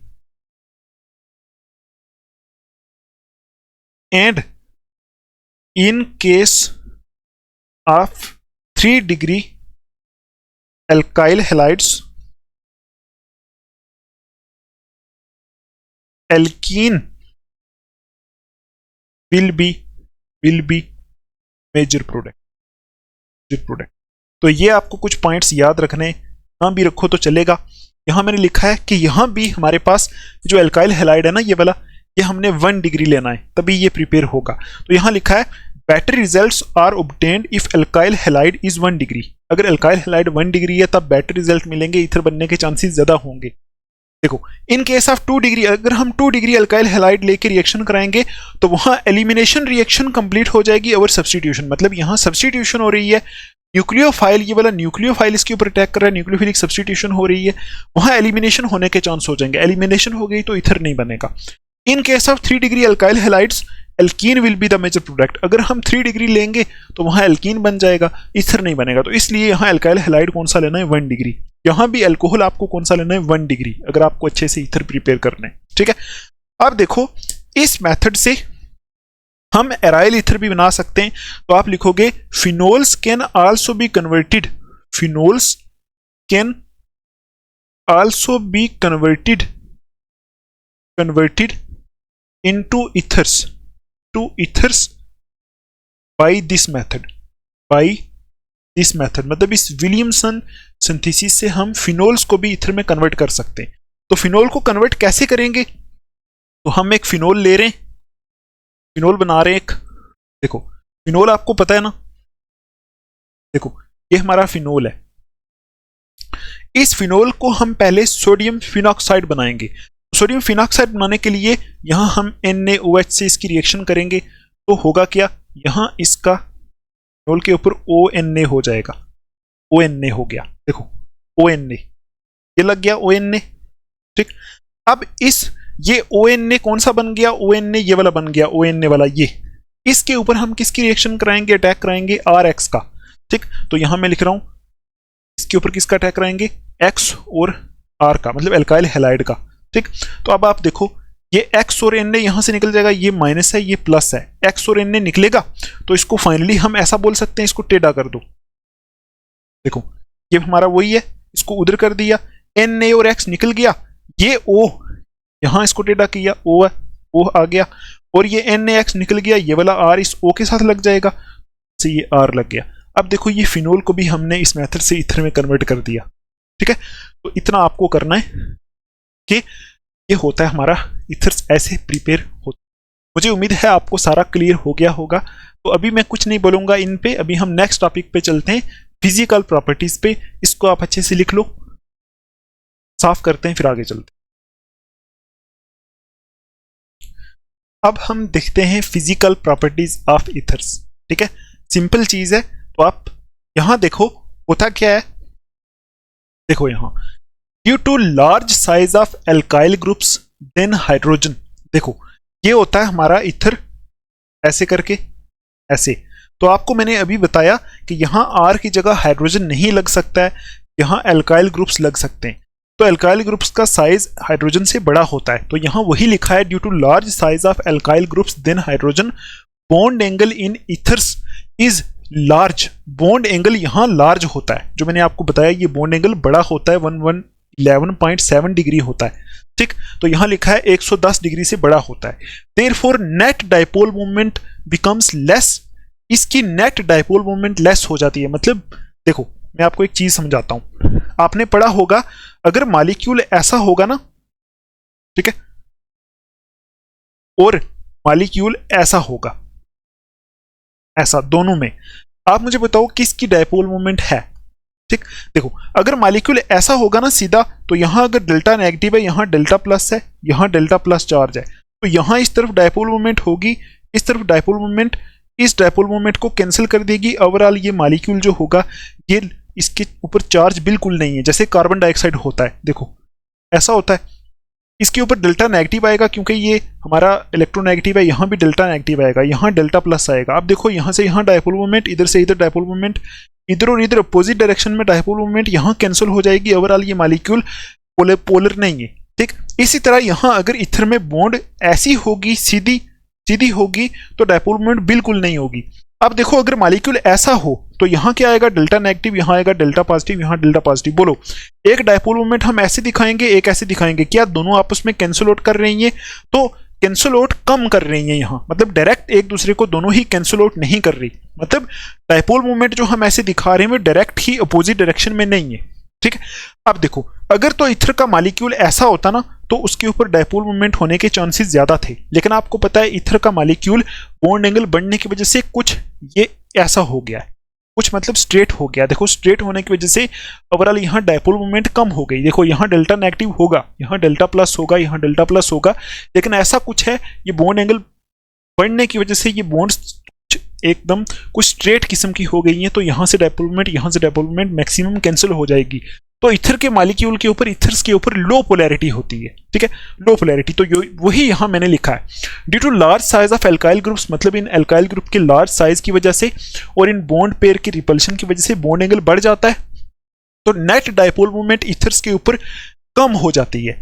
therefore ethers show, इस वजह से इथर क्या शो करते हैं, लो बॉइलिंग पॉइंट शो करते हैं और लो सॉल्युबिलिटी इन वाटर शो करते हैं। ठीक है, आप खुद सोचो अगर डायपोल मोमेंट कम हो गई, डायपोल मोमेंट होने का मतलब है पोलैरिटी होना, तो पोलैरिटी होगी तो इथर के मॉलिक्यूल आपस में एक दूसरे को पकड़ के स्ट्रांग पकड़ के रखेंगे। अगर पोलैरिटी होगी, चार्ज होगा मॉलिक्यूल के ऊपर, तो इथर के मॉलिक्यूल अपने एक दूसरे मॉलिक्यूल को, देखो ना अगर इथर को एक डब्बे में रखेंगे ना, तो सारे इथर के मॉलिक्यूल एक दूसरे को पकड़ के रखेंगे, तो उनको वहां से तोड़ के दूर दूर करना, मतलब बाइल करना मुश्किल होगा। तो बाइलिंग पॉइंट उनका ज्यादा होगा, लेकिन ऐसा होता नहीं, इनमें पोलैरिटी कम में तो मॉलिक्यूल एक दूसरे को कम फोर्स से पकड़ते हैं, क्योंकि इनमें चार्ज ही कम में, तो अट्रैक्ट कैसे करेंगे। ठीक है, तो इसलिए इनके ऊपर डायपोल मोमेंट कम होती है, तो चार्ज कम में, तो उस वजह से इनके बाइलिंग पॉइंट्स लो होते हैं। ठीक है, और ये लो सॉल्युबिलिटी शो करते हैं वाटर में। क्यों? क्योंकि आपको पता है वाटर जो होता है ना, वाटर होता है पोलर, उसका नेचर कुछ ऐसा होता है, यहां डेल्टा माइनस, यहां डेल्टा प्लस। वाटर में पोलैरिटी है, लेकिन इसमें पोलैरिटी नहीं है। देखो कोई ऐसा कंपाउंड जिसमें पोलैरिटी है वो वाटर में डिसॉल्व होगा, क्योंकि वो वाटर के साथ इंटरेक्ट कर पाएगा, क्योंकि इसमें पोलैरिटी ज्यादा है, क्योंकि वाटर में भी पोलैरिटी है। आपको बताया था polar dissolves in polar, polar polar में घुलता है, नॉन पोलर में घुलता है। ठीक है, तो यहाँ इथर में देखो, अभी आपको बताया यहाँ पोलैरिटी कम में। ठीक है, पोलैरिटी कम में तो ये वाटर के साथ हाइड्रोजन बॉन्ड भी नहीं बना पाएगा। ठीक है, वाटर के साथ हाइड्रोजन बॉन्ड नहीं बना पाएगा, पोलैरिटी कम में इसके साथ इंटरेक्ट नहीं कर पाएगा, तो वाटर में इथर्स लेस सॉल्युबल होते हैं। तो यहाँ वही लिखा है, इस वजह से ये पानी में कम सॉल्युबल है। मुझे उम्मीद है आपको क्लियर हो रहा होगा। ठीक है, अगर थोड़ा सा बेस आपके पास होगा तो आपको जरूर क्लियर होगा। अब देखो दूसरा, solubility in water decreases with increasing molar mass of ethers। जैसा जैसा ईथर का मोलर मास बढ़ता है, मोलर मास बढ़ने का मतलब है ये आर ग्रुप बढ़ता जाता है, तो ये आर ग्रुप ऑर्गेनिक पार्ट है, जब ये बढ़ेगा तो ऑर्गेनिक चीज ज्यादा हो जाएगी, तो ऑर्गेनिक पानी में डिसॉल्व नहीं हो सकती। तो जैसे जैसा ये आर ग्रुप बढ़ेगा, ईथर की सॉल्युबिलिटी वाटर में और कम होती जाएगी। ठीक, तो देखो यहाँ मोलर मास क्यों बड़ा लिखा है, ऐसा क्यों लिखा है कि मोलर मास बढ़ेगा। आप देखो आर ग्रुप बढ़ेगा तो मोलर मास भी बढ़ेगा ना। ठीक है, एक कार्बन का 12, 2 का 24, 3 का, ऐसे करके मोलर मास भी बढ़ेगा, तो इथर की सॉल्युबिलिटी पानी में कम हो जाएगी। ठीक, देखो यही लिखा है, solubility in water decreases with increasing molar mass of ethers. Ethers का मोलर मास बढ़ने से इनकी सॉल्युबिलिटी पानी में और कम हो जाती है, पहले ही पानी में ये कम सॉल्युबल होते हैं। ठीक है, आपको पता है फिजिकल प्रॉपर्टीज में हम यही देखते हैं कि पानी में सॉल्युबल है या किस में सॉल्युबल है, यही देखते हैं, बॉइलिंग पॉइंट क्या है ना, ये कुछ देखते हैं। अब देखो यहां लिखा है सॉल्युबिलिटी इसलिए पानी में कम हो जाती है क्योंकि एज इथरल, देखो ये बात कर रहा है कि देखो एक बार मैं आपको समझा देता हूं, एक हमारे पास ये इथर है, ठीक, एक हमारे पास ये इथर है, एक हमारे पास ये इथर है,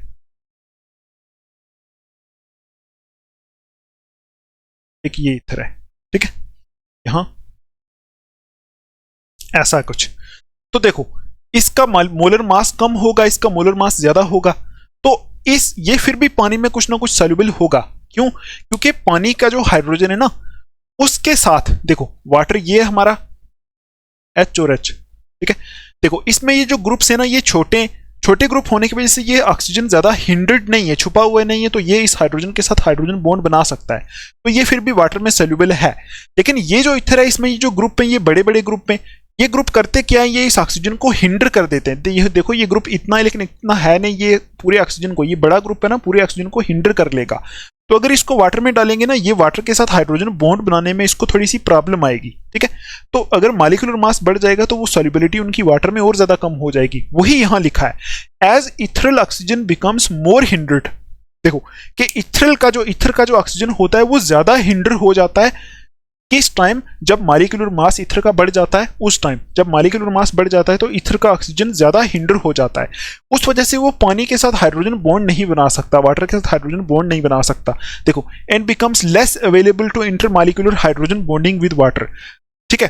तो देखो इसका मतलब ये हो गया कि पानी में ये कम सॉल्युबल है, लेकिन जब इनका मास बढ़ता जाता है, जब इनका मोलर मास ज्यादा होता जाता है, ये पानी में इनकी सॉल्युबिलिटी और कम होती जाती है। क्यों? क्योंकि उस टाइम इथर का जो ऑक्सीजन है, इथरल ऑक्सीजन, ये हिंडर हो जाता है, क्योंकि बड़े बड़े ग्रुप लग जाएंगे तो मोलर मास बढ़ेगा, उस टाइम ये हिंडर हो जाता है। हिंडर होने की वजह से क्या होता है, ये हाइड्रोजन बॉन्डिंग वाटर के साथ बना नहीं सकता, वाटर के साथ इंटरेक्ट नहीं कर सकता, तो इनकी सॉल्युबिलिटी और घट जाती है।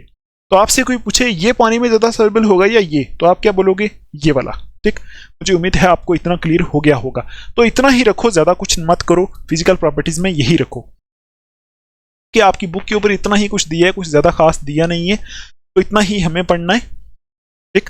तो बाकी आप इंटरनेट से देख सकते हो कि फिजिकली कैसे होते हैं, ये कुछ होता है, ठीक है। चलो मैं ही आपको लिखा देता हूं 2 प्रॉपर्टीज और।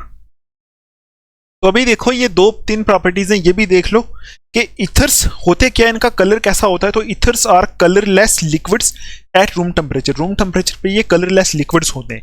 इथर्स है प्लेजेंट स्मेल, इनकी स्मेल ठीक होती है ना, प्लेजेंट होती है। इथर्स आर हाईली वोलाटाइल, ये बहुत वोलाटाइल कंपाउंड्स, ठीक है।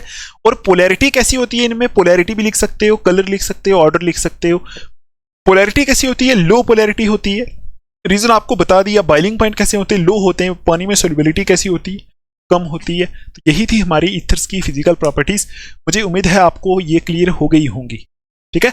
फिर भी कोई प्रॉब्लम है तो आप पूछ सकते हो। अगर आपको यहां तक समझ आया तो आप इस लेक्चर को एक लाइक जरूर करना, ठीक है।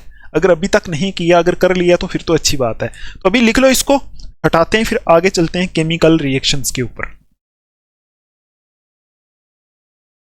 तो अभी देखो केमिकल रिएक्शंस ऑफ इथर्स। तो ये जो बोर्ड पे रिएक्शंस लिखी हैं यही रिएक्शंस हैं। तो पहली रिएक्शंस, पहली कैटेगरी की रिएक्शंस हैं ये वाली। देखो cleavage of CO bond in ethers, मतलब आपको पता है CO बॉन्ड इथर्स में होती है, ठीक है। अगर हम यहां इथर बनाएं तो ये देखो R की जगह C लगाओ, तो ये बॉन्ड CO बॉन्ड है, ये CO बॉन्ड है। तो यहां लिखा है कि ये ऐसी रिएक्शन है जहां CO बॉन्ड इथर में क्लीव होती है, ठीक है। तो यहां मैंने क्या लिखा है, देखो ethers due to low polarity are least reactive among other functional groups. क्योंकि इथर्स की लो पोलैरिटी होती है, जो मैंने आपको समझाया, ये लीस्ट रिएक्टिव होते हैं, बाकी वाले जो फंक्शनल ग्रुप्स हैं सबसे कम रिएक्टिव इथर्स होते हैं। तो इस वजह से यहां होता क्या है, लीस्ट रिएक्टिव होने की वजह से यहां रिएक्शंस कम होती हैं, ठीक है, कम होती हैं। ये इथर्स कम रिएक्शन शो करते हैं। यहां देखो विद स्ट्रॉन्ग एसिड्स, अगर हम इनकी रिएक्शन स्ट्रॉन्ग एसिड के साथ कराएं तो they form alkyl halide and alcohols by CO bond cleavage. यहां CO बॉन्ड क्लीव हो जाती है, ये बॉन्ड क्लीव हो जाती है, एल्काइल हैलाइड्स और एल्कोहल्स बनते हैं, ठीक। तो वो हमने यहां लिखा है। अब देखो ये जो रिएक्शन है सब में CO बॉन्ड क्लीव होगी, ये सारी एक ही किस्म की रिएक्शन है। हमने यहां स्ट्रॉन्ग एसिड HX लिया है, ये हैलोजन एसिड है। HX का मतलब है HCl ले लो, HCl ले लो, HBr ले लो, हैलोजन एसिड ले लो, कोई स्ट्रॉन्ग एसिड, ठीक है। तो अब यहां होगा क्या, ये बॉन्ड ब्रेक होगी। तो आपको करना क्या है, ये हमारा सिमेट्रिकल इथर है, तो यहां आपको ये बॉन्ड ब्रेक करनी है, कोई भी कर सकते हो। तो एक तरफ H लगा दो, दूसरी तरफ X लगा दो। देखो ये बॉन्ड ब्रेक होगी CH2, तो यहां एक H है, एक X है। आपको पता है H प्लस होता है, X माइनस होता है। तो आप खुद बताओ H कहां अटैक करेगा, H O के साथ अटैक करेगा, क्योंकि ऐसा समझो ये बॉन्ड ब्रेक हुई तो यहाँ इस ऑक्सीजन के ऊपर माइनस चार्ज आएगा क्योंकि ये इलेक्ट्रोनेगेटिव है, इसके ऊपर माइनस, कार्बन के ऊपर प्लस। तो कार्बन RCH2 के साथ क्या आएगा, RCH2 के साथ देखो CH2 यहाँ प्लस आएगा जब ये बॉन्ड ब्रेक होगी, O के ऊपर माइनस, यहाँ प्लस, तो इसके साथ क्या आएगा X, क्योंकि X यहाँ माइनस है, ठीक है, जैसे Cl माइनस Br माइनस। तो यहाँ RCH2O बचा, O के ऊपर माइनस है तो माइनस के साथ कौन आएगा, H प्लस ये वाला, तो RCH2OH बनेगा, यहाँ बनेगा RCH2OH। ये तो अब देखो ये हमारा RCH2X एल्काइल हैलाइड है, ये RX एल्काइल हैलाइड है, ये अल्कोहल है। तो यहाँ देखो CO बॉन्ड क्लीव हो गई जब हमने ईथर को स्ट्रॉन्ग एसिड के साथ रिएक्ट कराया, ठीक है। यहाँ देखो ये जो रिएक्शन है इसमें ये एराइल ईथर है, तो यहाँ कौन सी बॉन्ड ब्रेक होगी ये बताओ। देखो अगर ये बॉन्ड, ये वाली, ये भी RO बॉन्ड है, ये RO बॉन्ड है, ये वाली भी RO बॉन्ड है और ये वाली भी RO बॉन्ड है, कौन सी ब्रेक होगी आप बताओ। अगर ये ब्रेक होगी तो यहाँ फिनाइल कैटायन बनेगा जो आपको मैंने हेलोएरीन में बताया था। ये बॉन्ड ब्रेक होगी, यहाँ प्लस चार्ज आएगा जो हाईली अनस्टेबल हो जाएगा कंपाउंड, मतलब ये बॉन्ड ब्रेक नहीं होगी क्योंकि चीजें अनस्टेबिलिटी की तरफ नहीं जाना चाहती। ये बॉन्ड एज इट इज रहेगी, यहाँ ये बॉन्ड ब्रेक होगी, ये ब्रेक होगी तो इसके ऊपर कुछ माइनस आएगा, इसके ऊपर कुछ प्लस आएगा, तो आप खुद ही बताओ H कहाँ अटैक करेगा, इस O के ऊपर, तो यहाँ OH लग जाएगा, तो एक्चुअल में यहाँ से फिनोल बनेगा, इसके ऊपर O है, इसके साथ H लगेगा, ये R चला गया, R के साथ क्या जुड़ेगा X, तो यहाँ से बन गया RX, ठीक है, क्योंकि यहाँ H के ऊपर प्लस है, यहाँ इसके ऊपर माइनस है, H O के साथ जुड़ेगा ये इसके साथ, तो ऐसे करके यहाँ बॉन्ड ब्रेक होगी। ये किस्म का एल्कोहल ही फिनोल है ना, ये कोई फिनोल अल्कोहल जैसा ही है, फिनोल बन गया, ये अल्काइल हैलाइड बन गया, ठीक है। ये रिएक्शन देखो इसमें कहां से ब्रेक होगी ये बताओ। ये तो थी सिमेट्रिकल, ये तो थी एराइल वाली, ये अनसिमेट्रिकल है। अनसिमेट्रिकल में कहां से ब्रेक होगी, तो आपको क्या करना है, इस बॉन्ड को भी यहां से ब्रेक करना है, ठीक है। जो लंबा, जो बड़े वाला पार्ट होगा ना वो O के साथ जुड़ जाएगा।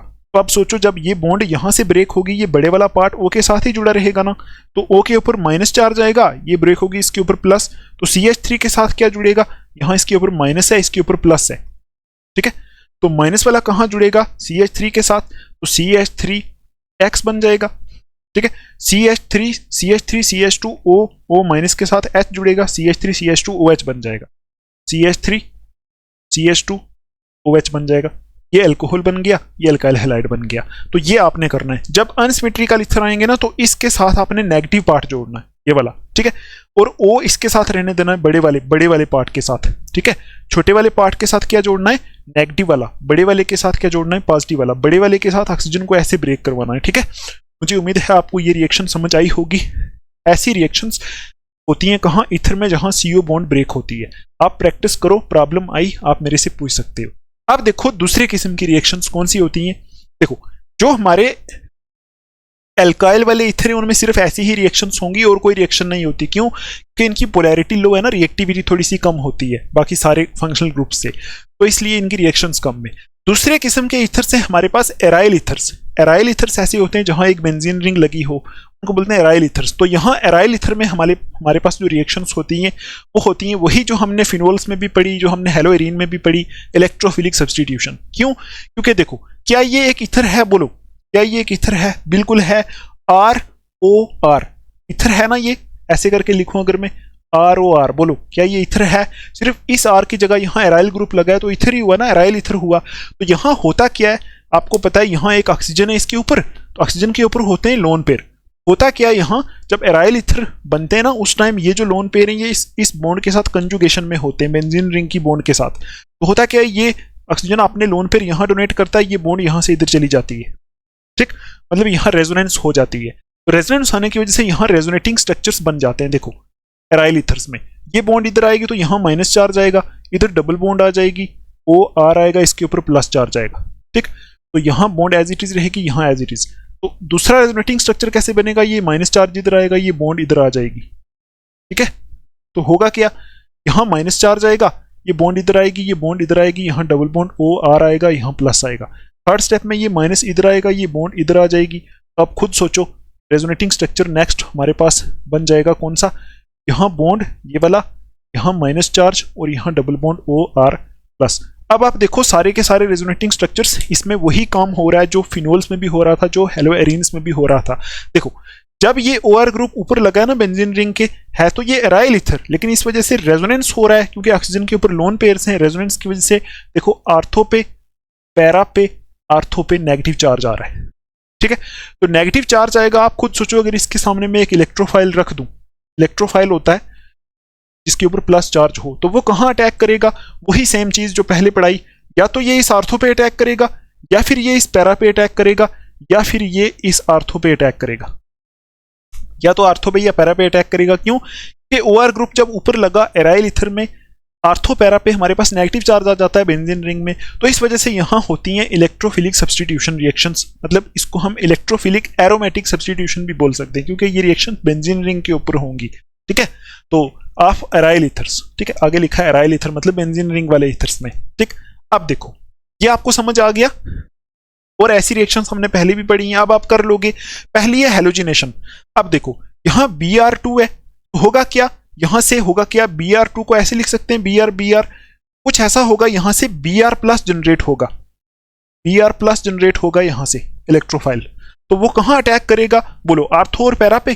तो यहां मैं बना रहा हूं ये फर्स्ट, देखो ये हमारा एराइल ईथर है, ये हमारी बेंजीन रिंग है, आर्थो पोजीशन ये है, यहां भी Br अटैक कर सकता है। प्लस दूसरा प्रोडक्ट क्या बनेगा?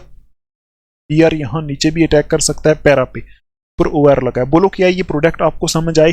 बिल्कुल सिंपल है। यहां से Br वही सेम Br प्लस निकलेगा यहां से, क्योंकि इलेक्ट्रोफिलिक सब्स्टिट्यूशन है। इलेक्ट्रोफिलिक मतलब इलेक्ट्रोफाइल जनरेट होगा। मैकेनिज्म आपको मैं समझाऊंगा इस रिएक्शन का, 11th में भी आपने पढ़ा है। ठीक है, तो Br प्लस जनरेट होगा। Br प्लस कहां अटैक करेगा? या आर्थो पे या पैरा पे। एक बार आर्थो पे कर लो, एक बार पैरा पे, ये दोनों ही प्रोडक्ट बन जाएंगे। दूसरी रिएक्शन होती है नाइट्रेशन। बोलो इसमें इलेक्ट्रोफाइल कौन सा जनरेट होता है?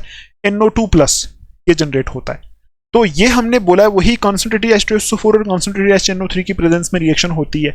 NO2 प्लस यहां से बनता है और अटैक कहां करता है? ये वही सेम आर्थो पैरा पे अटैक करेगा। ऊपर तो OR ही है, आर्थो पे NO2 लगा दो प्लस पैरा पे NO2 लगा दो, दैट्स इट। वही सेम सेम रिएक्शंस जो आपने पहले पढ़ी, NO2 पैरा पे NO2, बाकी वही OR। ठीक, ऐसा ही बनेगा प्रोडक्ट। अब देखो ये रिएक्शन आपको मैंने हेलोइरिन में पढ़ाई थी, फ्रीडल क्राफ्ट एल्काइलेशन। यहां कुछ भी नहीं होता, यहां होता क्या? ये AlCl3 जो है ना, ये इस CH3, देखो यहां इस रिएक्शन में करते क्या है? CH3Cl, ये हमारा मिथाइल क्लोराइड है, ये एक हेलो एल्केन है, इसको लेते हैं AlCl3 की प्रेजेंस में। यहां होता क्या है?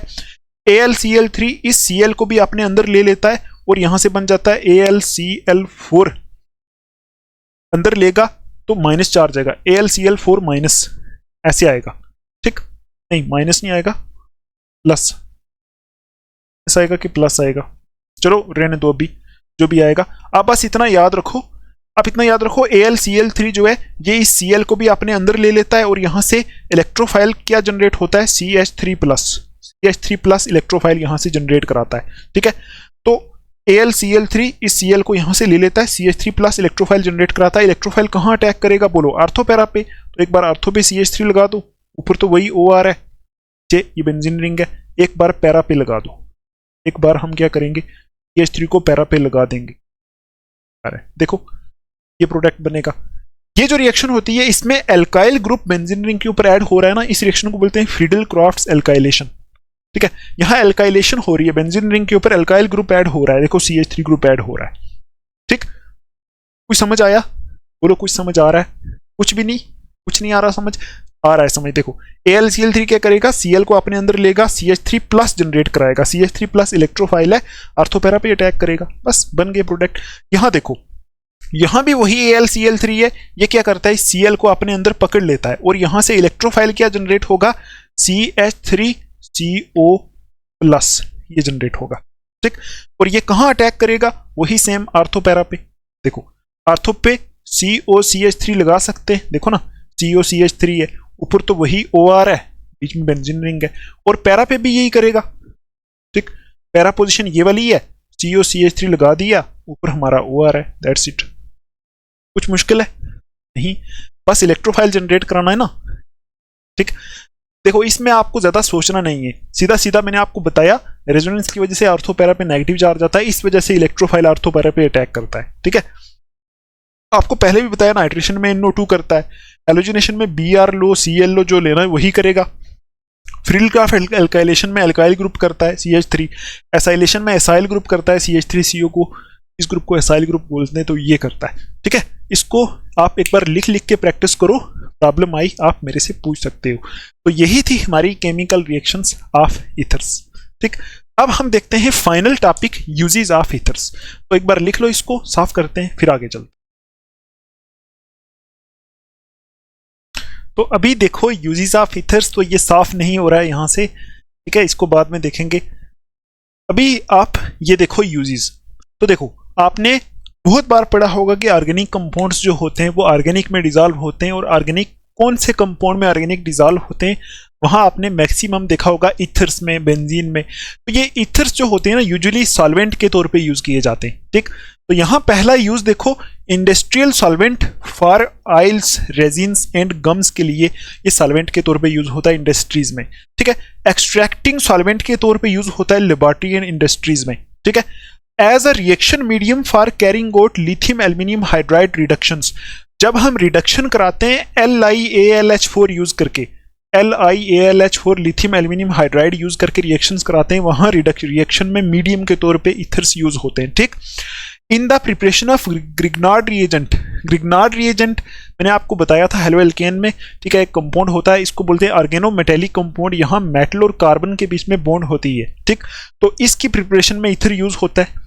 और भी मैंने आपको रिएक्शंस कराई थी जहां लिखा हुआ था एरो के ऊपर ड्राई ईथर। ठीक है, ड्राई ईथर वाली बहुत सारी रिएक्शंस जहां हमने देखा था ना हेलो एल्केन में, reaction of haloalkanes with metals, वहां ड्राई ईथर लगे थे। ठीक है, ग्रिग्नार्ड रिएजेंट बनाने में, वो रिएक्शंस कराने में और बाकी ऑर्गेनोमेटेलिक कंपाउंड्स बनाने में ईथर्स का यूज होता है। ठीक, अब देखो इथॉक्सी इथेन जो ईथर है ना, इथॉक्सी इथेन ईथर, इसको पहले इनहेलेशन एनेस्थेटिक एजेंट के तौर पे यूज किया गया था। एनेस्थेटिक होता है बेहोश करने वाली मेडिसिन, तो इनहेलेशन, इनहेलेशन का मतलब होता है सूंघना, उसको सूंघ के बेहोश होने के लिए सर्जरी के टाइम इसको किया जाता था, लेकिन अब इसको दूसरे कंपाउंड से रिप्लेस कर दिया गया है। ठीक, तो ये कुछ यूजेस होते हैं ईथर्स के। मुझे उम्मीद है आपको ये समझ में आए होंगे। अब देखो यहां तक ही था हमारा ईथर, इसमें आपको कोई भी प्रॉब्लम है तो आप पूछ सकते हो। तो यहाँ हमारा एल्कोहल्स, फिनोल्स एंड ईथर वाला चैप्टर फुली फिनिश हो चुका है। तो आप इसको पढ़ो, अच्छे से नोट्स बनाओ, ठीक है, तैयारी करो, लिख लिख के रिएक्शंस को प्रैक्टिस करो। तो हम फिर मिलेंगे नेक्स्ट लेक्चर में, इसको एक बार आप लिखो। ठीक है, तो हम फिर मिलेंगे नेक्स्ट, एल्डिहाइड्स एंड कीटोन्स का वन शॉट करेंगे। ठीक है, तब तक के लिए आप अपना ध्यान रखो, अच्छे से पढ़ाई करो, take care, thanks for watching.